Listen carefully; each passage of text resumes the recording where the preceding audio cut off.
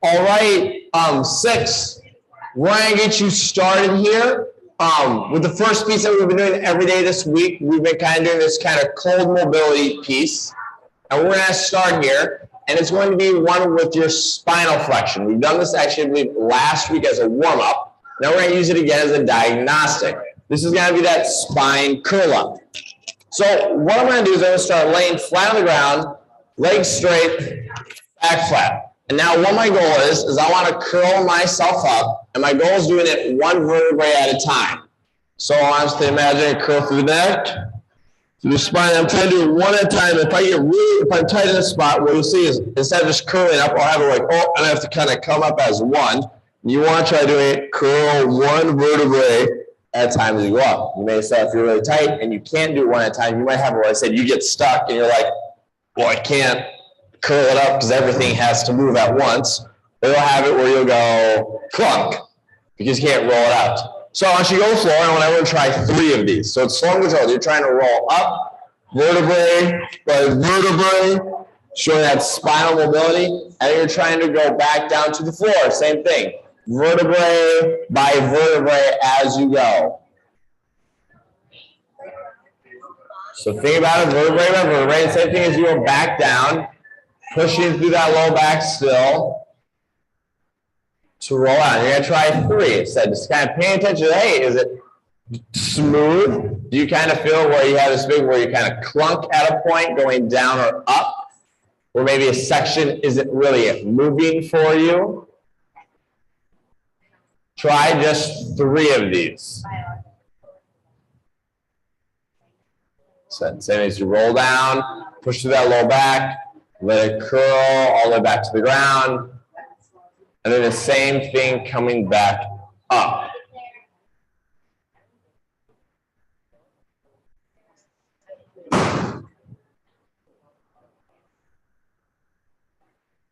Anyway, so I said this is showing you a little bit of that spinal mobility, which is a good thing to have. I say when you go deadlift or other extensive movements here, the ability to move that spine as you need. So it's like, hey, if I do have to hinge, the full back goes with it. It's now restricted, that pieces stick, and then only other pieces move, that you can keep that spine in line with each other as we go through on it here. With that now, you should kind of warm up here going for your cardio. So I'm going to say this is going to be slightly similar in the warm-up style, that I'm going to have you end up finding 3 different paces here in the warm-up, but the intensities are going to be different. What I mean is that 3 paces we're going to find is you're going to find at some point in the warm-up what you consider your 1 mile pace. If you're doing a 1 mile effort, then you're going to find what you would call your 800 meter or a half mile effort pace. And then the last one is you're going to find what you consider like a 200 meter all-out pace, which is essentially like a 30-second sprint. These are going to be the 3 paces. I can pull down more rollers if you want. We have plenty of rollers we can pull down for you. But so I said, what you're thinking, the 3 paces we're going to end up establishing here is going to be what you'd say is a mile pace, what is going to be an 800 meter pace, like aggressive, and then an all-out 200 meter pace. So those are going to be your 3 pieces and paces we shot when we finish. So what I want you to do here is I want you to make your way cardio. We're going to start moving on this off the bat. What we're going to do is I'm going to give you about 3 minutes going for this first one. So use the first minute just to move. This first minute is just getting yourself moving here initially. So first minute, just moving. You want to roll it? Or you want to?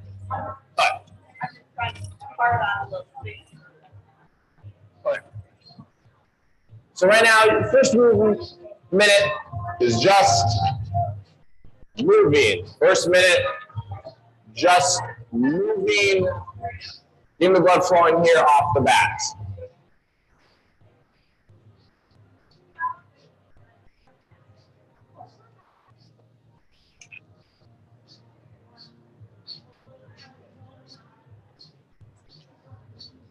Awesome. Dude, great to see you again. How you been? Yeah, really good. Are you stuff feeling better? I know you had the elbow stuff. Yeah. Yeah. Right? Yeah, like it's still like every once in a while flare up, but for the most part, it's still bad. I'm glad that sounds better. All right, so there's your first minute. Now, why don't you think for the next, there's your first minute. Now, why don't you think for the next 2 minutes, you're going to start slowly building here. The goal is at the end of the 3 minutes to be at what you consider is at a mile pace. If you're doing aggressive, hard, mile. So you still have another minute. We're kind of lightly building. And that third and final minute on this pace is, hey, then you're going to start really getting a little more intentional. I said you still have 90 seconds to find that pace. I don't need you to hold it for a super long time. I just need you to get there and know what that pace is.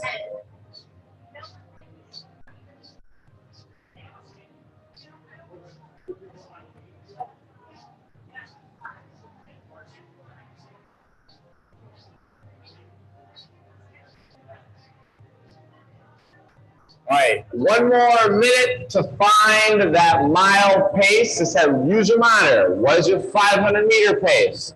What is your RPM, your wattage on the bike? What is your miles per hour on the air runner?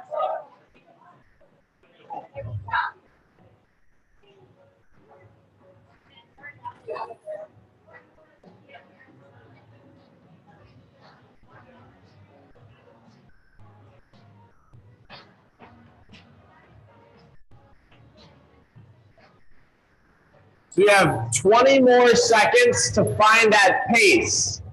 We'll then go right into a 90 seconds to find your 800. So you should now know what your mile pace is.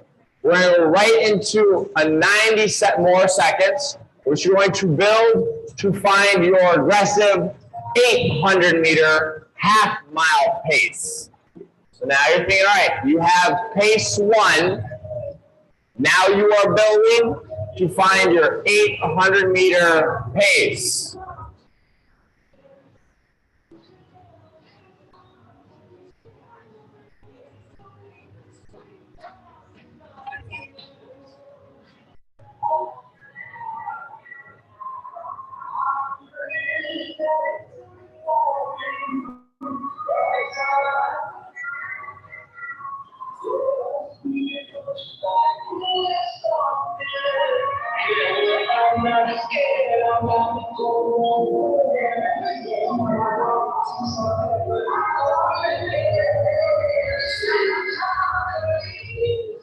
So you have about 30 seconds to find that 800-meter pace, and then following that, we'll do another 45 seconds to find your 200 meters. So in the next 20 seconds, you have established your 800 meter, and we'll do a final 45 seconds building to get to that 200 meter all out.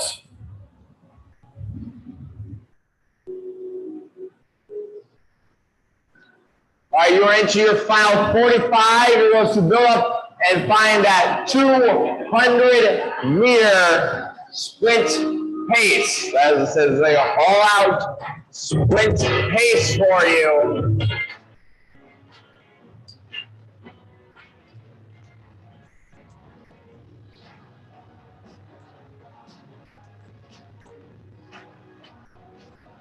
You have 15 seconds left to find that sprint pace.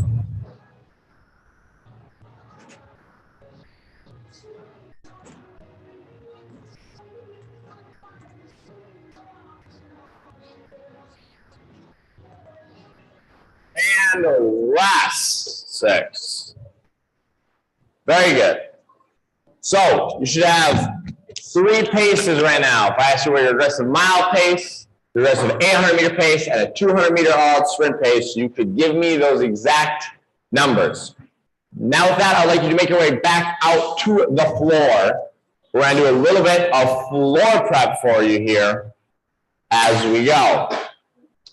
The first one is you need to have a pair of dumbbells for 15 of a dumbbell squat clean. So What we're going to do with the squat clean is mean as you catch it, you're going to get a full range of motion with a squat. So what I'm looking at, I might have a little more rotated in front or to the side. As I go through on the clean, I want to hinge, so I'll do it for the hang. So I'm going to snap, bring it up, and I have to drop into that full squat, pulling back to the top. So it's a full from the knees, but you have to get a full squat as you drop underneath, trying to catch on the shoulders as we go. We want this for 15. I would like you to try 5 right now with your dumbbells. You could share this with someone else later here because it's going to be a 4-movement couplet. If you need, but how much you think? Above the knees, you're going to snap, and as kind of weight comes up, you drop underneath, and you want to try catching in that bottom position. Imagine you're dropping under those dumbbells, trying to catch in that bottom squat already, so then you can come up out of the squat because you're already from the bottom. So you're thinking for 15, I'd like you to try 5. So that is going to be activity 1 for you. Then activity 2, which would be the same dumbbells if you use them for it, would be a Bulgarian split squat or just a split squat if you don't have a box. So if you do the Bulgarian, said you can find a plate or a small box that you said you would elevate your foot. Okay, that split position, straight up and down, 15 aside. If you don't have a box, you just want to do it on the floor, you can do the same thing. Split, stay in inline position as you go through. I would like you just to establish you have a box. Same thing, you can share this with up to 2 other people or something, elevate, or I said you can just do this static on the floor where you're at 2. So it's going to be easier if you do not have the room for a box. But I'd like you then to try 5 aside on the split squat. So that basically is imagine that shin is kind of straight up and down as you go through on this. So when you go up and down that knee, the ankle is straight up and down stacked as you go through. So if you get that slightly more hinged forward with the torso, you're going to get a little more of that glute and hamstring involved in it compared to then maybe if it was just the quad. So I want you to try 5 aside.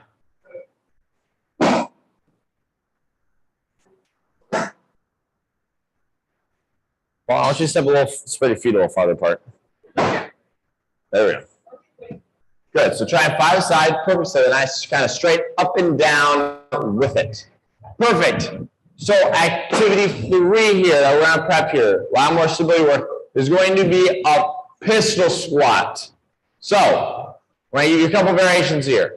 A, you can find a target that may be with a box or something to go to. Because remember on the pistol, that foot in line, we worked on mobility the other day, trying to go that 4 range of motion in the squat, and up. You could do that to a box. Like, hey, I don't have a target that works, but I want to work on it. You can either do it into an air position where you're just kind of like, hey, that's my bottom range where I'd stop.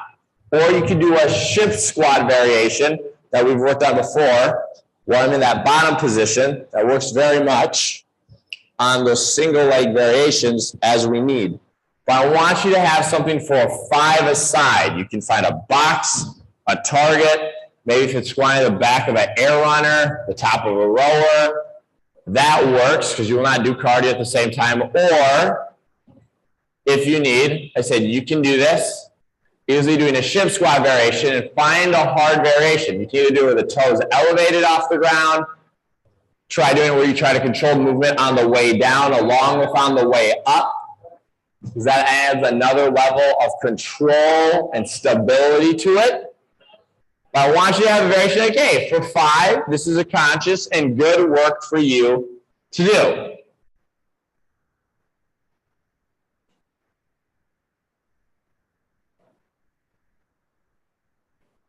With that, the final piece that you're going to have here is going to be a 2-for-1 wall ball. So, oh, good. I got a demo for 20. This is going to feel good. So, normal wall ball, what we're always looking for is, hey, standard 4 range of motion on the squat, catch the bottom. So, we want to try adding the element of the 2-for-1. So, there's actually a lot more of a speed dynamic. That wild ball's in there. I'm going to add in another squat as we go. So, for example, I get set, I go, I got to be quick, to the next one. Way to get comfortable if you're like, I'm not